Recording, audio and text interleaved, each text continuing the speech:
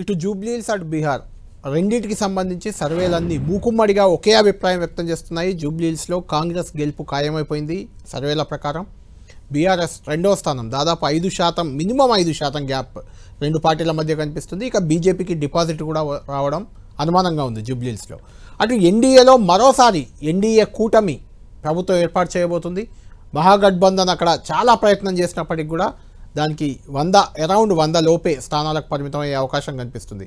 అంటే బీహార్లో ఎన్డీఏ కూటమి, జూబ్లీహిల్స్లో కాంగ్రెస్ అధికార పార్టీ మరొకసారి, అక్కడ అధికార పార్టీ మళ్ళీ అధికారంలోకి రాబోతుంది. ఇక్కడ అధికార పార్టీ అభ్యర్థి గెలుపొందబోతున్నాడు. దీనికి సంబంధించి ఆ గెలుపు ఓటముల వెనుక ఏం జరిగి ఉంటుంది, గెలుపుకి కారణాలేంటి, ఓటమికి దారితీసిన పరిస్థితులు ఏంటి, బీజేపీ జూబ్లీహిల్స్లో ఇలా ఉండడానికి కారణం ఏంటి, ఇదే అంశాలపై మాట్లాడదాం. మనతో పాటు జరుగుతున్నారు ప్రముఖ రాజకీయ విశ్లేషకులు ప్రొఫెసర్ నాగేశ్వర్ గారు. నాగేశ్వర్ గారు, గుడ్ ఈవినింగ్. మనం అనుకుంటున్నాం మొదటి నుంచి, అంటే జూబ్లీహిల్స్లో కొంచెం గట్టి పోటీ ఉంటుంది కాంగ్రెస్కి బీఆర్ఎస్కి మధ్య. కొన్నిసార్లు బీఆర్ఎస్కి ఎడ్జ్ ఉందని కూడా మొదట్లో అనిపించింది. కానీ వాతావరణం చూస్తే గట్రా 2-3 రోజులుగా సడన్గా మారిపోయింది. కాంగ్రెస్ పార్టీ స్పష్టమైన ఆధిక్యత, సర్వేలన్నీ ఇంక్లూడింగ్ 10 TV సర్వేతో సహా అన్ని సర్వేలు క్లియర్ ఎడ్జ్ 5% వేరియేషన్ చూపిస్తున్నాయి బీఆర్ఎస్ కంటే. 10% బిలో ఓట్లే బీజేపీకి రాబోతున్నాయి. అంటే బీజేపీకి డిపాజిట్ కూడా అనుమానంగానే కనిపిస్తుంది. ఏంటి అంటే ఈ పరిస్థితి కారణాలు ఏంటి అంటే ఏం చెప్తారు? అంటే ఈ జూబ్లీహిల్స్లో మారంది ఏంటి అంటే బీజేపీ మొదటి నుంచి కూడా బీజేపీ ఫీల్డ్లో ఉండదు.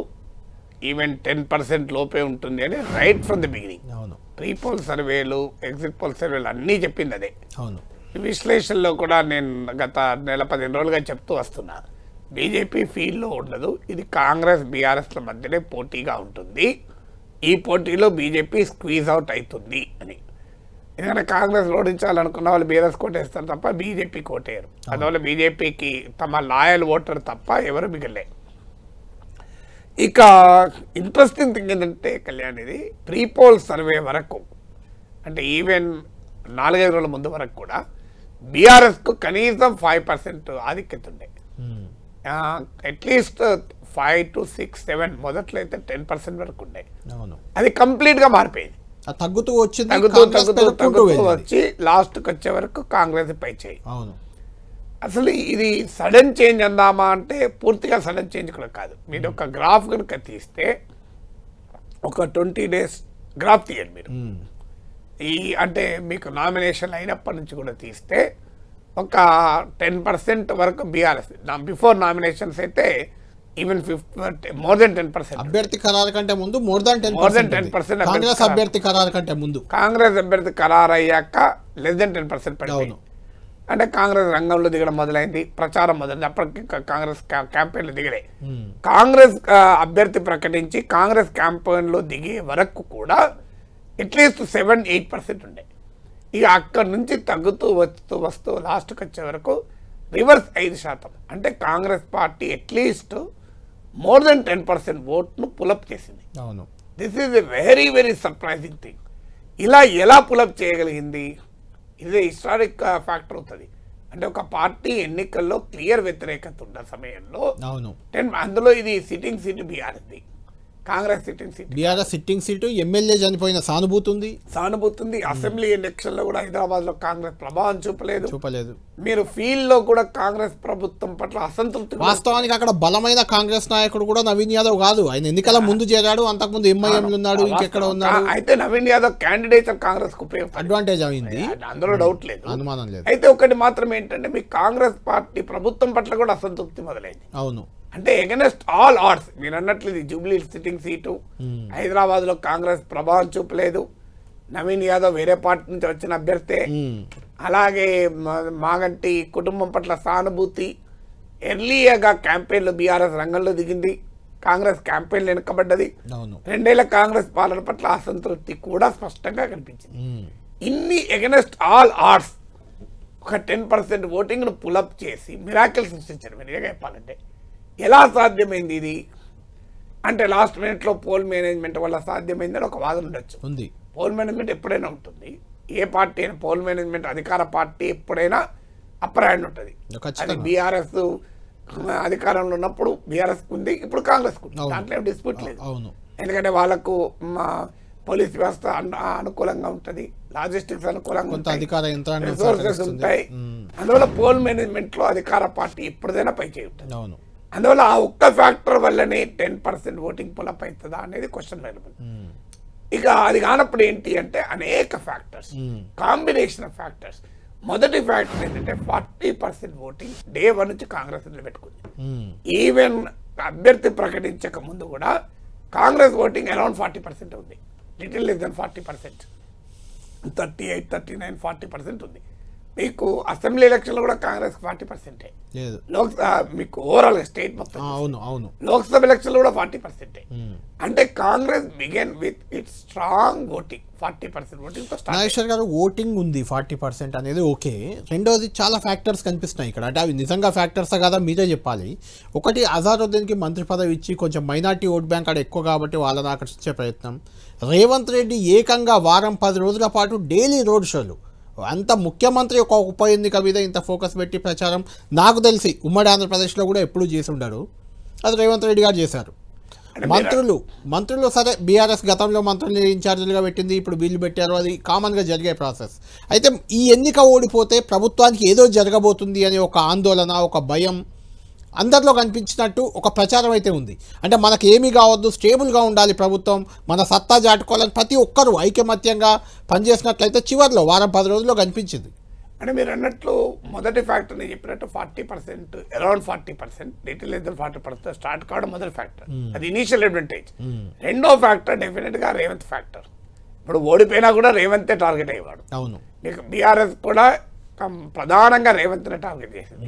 కాంగ్రెస్ లో కూడా రేవంత్ను కోరుకోని వారు ఓడిపోతే మంచిదని పరోక్షంగా అనుకొని ఉంటారు.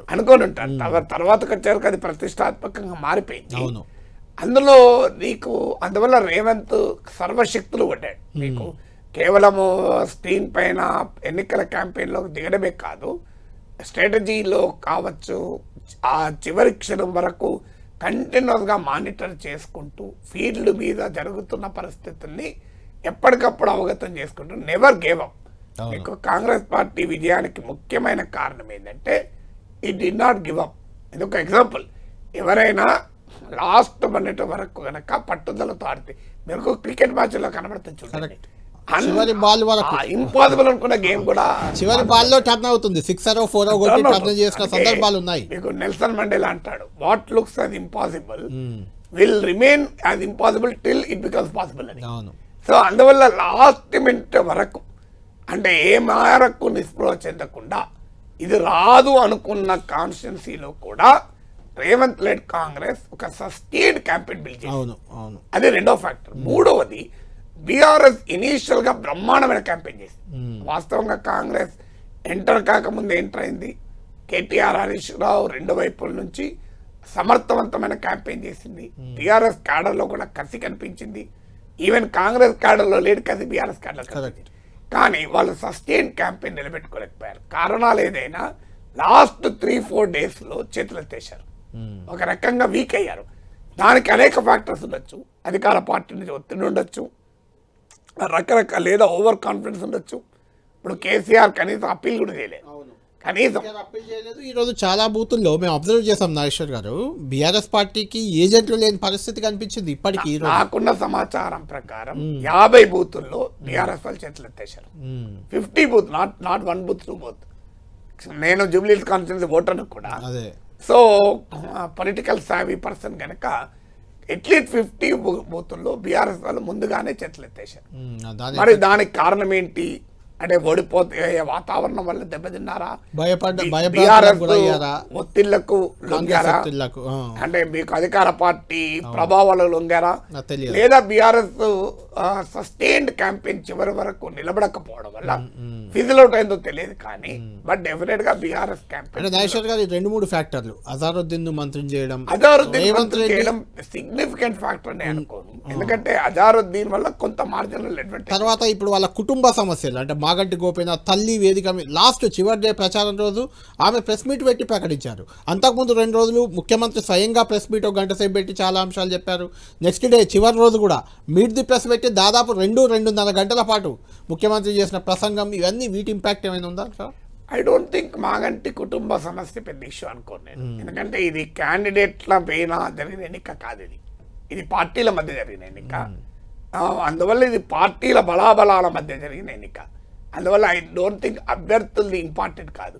కానీ ఇంట్రెస్టింగ్ థింగ్ ఏంటంటే బీజేపీ 20% ఓటింగ్ అన్న తెచ్చుకుంది, కాంగ్రెస్ గెలవలేదు అనుకున్నది కాస్త బీజేపీ పూర్తిగా బలహీనపడ్డ కాంగ్రెస్ గెలుస్తుంది. 10% బిలోకి వెళ్ళిపోయింది అది యాక్చువల్గా బీజేపీ 10% బిలో ఉంటే బీఆర్ఎస్ కేక్ వాక్ జరగాలి. అవును, ఎందుకంటే మీకు అపోజిషన్ ఓటు మొత్తం రాలేయింది. కరెక్ట్. కానీ బీజేపీ పెరగకపోయినా కాంగ్రెస్ గెలవటానికి ముఖ్యమైన కారణం ఏంటంటే సస్టైన్డ్ క్యాంపెయిన్ బిల్డ్ చేయడం, లాస్ట్కి వచ్చే వరకు పొలిటికల్ అండ్ పోల్ మేనేజ్మెంట్ ఎఫెక్టివ్గా చేయడం, కాంగ్రెస్ పార్టీ సర్వశక్తులు ఉండడం, అన్నిటికన్నా మించి ఇన్కంబెన్సీ అడ్వాంటేజ్ అంటారు పాలిటిక్స్ లో.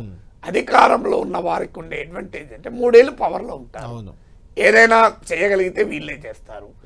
ఇప్పటికిప్పుడైతే జూబ్లీ హిల్స్ లో ఓడించినంత మాత్రం ప్రభుత్వం పోదు, దుబాకలాగా దగ్గరలో ఎన్నికలు కూడా లేవు.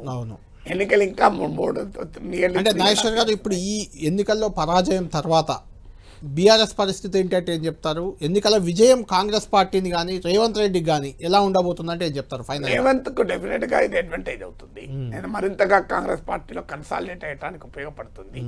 రేవంత్ వ్యతిరేకులు కాస్త సర్దుమణగటానికి ఉపయోగపడుతుంది. కానీ కాంగ్రెస్ పార్టీ మాత్రం ఇది పూర్తిగా తమ బలమే అనుకుంటే పొరపాటు. అందువల్ల డిస్కంటెంట్ మొదలైంది. ఈ ఎన్నికను ఒక హెచ్చరికగా తీసుకొని, ఒక సిమ్టమ్గా తీసుకొని ట్రీట్మెంట్ మొదలు పెట్టకపోతే మాత్రం చాలా కష్టాలు ఎదుర్కొంటారు. బీఆర్ఎస్ పరిస్థితి, బీఆర్ఎస్ ఒక మేజర్ విక్టరీ ఇది. ఎట్లా ఎన్నికలో తమ సిట్టింగ్ సీటు కోల్పోతే విక్టరీ అని ఎలా అవుతారనుకోవచ్చు. ఇప్పుడు ఆడ సిట్టింగ్ సీటు గెలుచుకున్న ఏం మార్పు ఏముంటుంది? ఆల్రెడీ 10 మంది వెళ్ళిపోయారు, ఇంకా ఉంటారో ఇంకెంతమంది ఉంటారో తెలియదు. అది ఇంపార్టెంట్ కాదు. అదనంగా ఒక ఎమ్మెల్యే కావడం వల్ల బీఆర్ఎస్ పొలిటికల్ గా ఎస్టాబ్లిష్ చేసేది ఏమీ లేదు.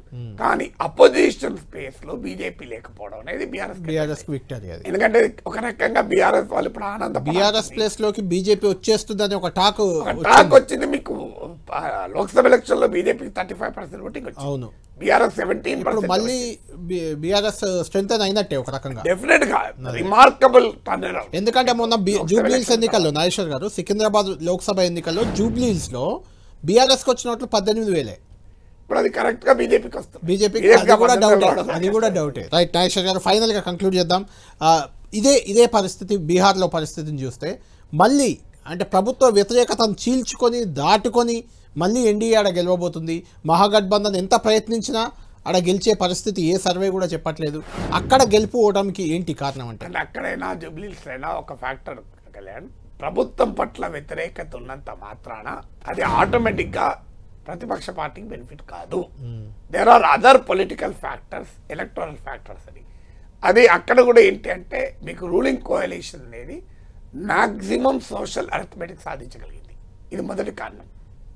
మహాగఠబంధన్తో పోలిస్తే లార్జెస్ట్ సోషల్ కోalition బిల్డ్ చేయగలిగింది. అంటే అప్పర్ కాస్ట్ బీజేపీ, జేడీయూకు ఉన్నటువంటి మోస్ట్ బ్యాక్వర్డ్ కాస్ట్, చిరాగ్ పాస్వాన్కు ఉన్నటువంటి పాస్వాన్ దళిత్, ఇలా ఒక లార్జెస్ట్ సోషల్ కోalition బిల్డ్ చేయగలిగారు.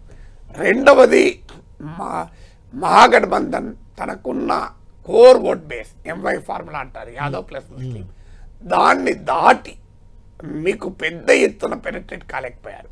మూడవది ప్రశాంత్ కిషోర్ బహుశా మహాగఠబంధన్ ఎక్కువ డ్యామేజ్ చేసి ఉండాలి ఎన్డీఏ కన్నా కూడా. ఇప్పుడు ఆయనకు ఒక 10% వరకు కూడా ఓటింగ్ రావచ్చు అని అంటున్నారు. అఫ్కోర్స్ రిజల్ట్స్ వస్తే మనం చెప్పాలి కరెక్ట్గా.